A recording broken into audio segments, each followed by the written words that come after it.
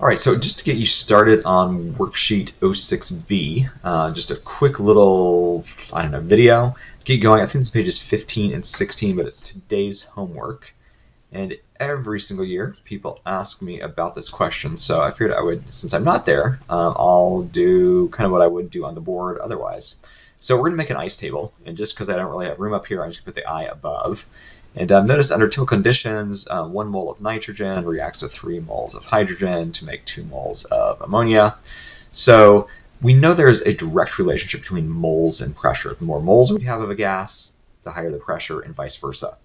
So we're going to assume that relationship relates to this problem. So we make some assumptions. The math works out. I don't exactly, the math is nice and clean. I don't know.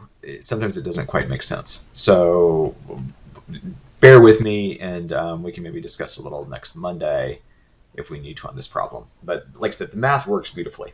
So I've got this, my change minus x minus 3x plus 2x based on my coefficients. Okay. So at the end, or at equilibrium, I've really got 1 minus x atmospheres of nitrogen. I've got 3 minus 3x atmospheres of hydrogen. That should be a 3. And it tells me my partial pressure of ammonia is 741. And all of these gases should add up to 10 atmospheres because right here I have a total pressure of 10 atmospheres. Okay? So if I kind of combine stuff, notice 1 plus 3 is going to be 4. And then I've got 4.741 actually. And then I've also got minus x minus 3x is minus 4x. Still equals 10. And if I do that math, I'm going to get negative 4x equals, 5.259. So then I'm going to divide both sides by negative 4x. And I have that answer right now. I'm getting negative 1.31. Okay, so I'm going to plug that in for my x value right there and right there. So you might just do something kind of like this. At 355, well, we're going to scratch that. Let's do columns. So temperature, what is my partial pressure of nitrogen? What's my partial pressure of hydrogen? What's my partial pressure of ammonia? So ammonia gives it to us, it's 0.741. And then you know that for 455, it's going to be 0.211. Okay, so I'm going to put my temperature here, 355. And now I'm just going to use this x over here. So 1 minus negative 1.31 is going to be 2.31. And 3 times that's going to be what? Negative 3.93 plus 3 is going to be positive 6.93.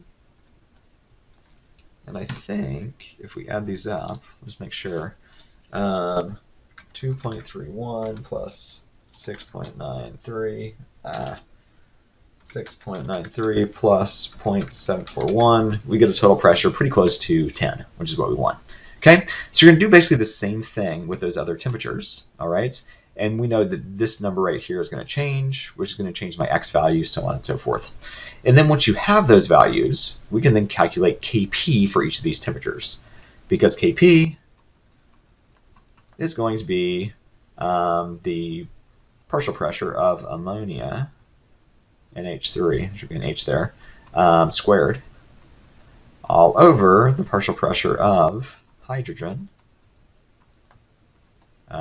cubed times the partial pressure of nitrogen to the first. Okay, and then you're going to get 3 different Kp values, one for 355, one for 455, one for 555. And then the questions kind of just go on from there, comment on the sign of delta H. But it's really nice. I love the worksheet.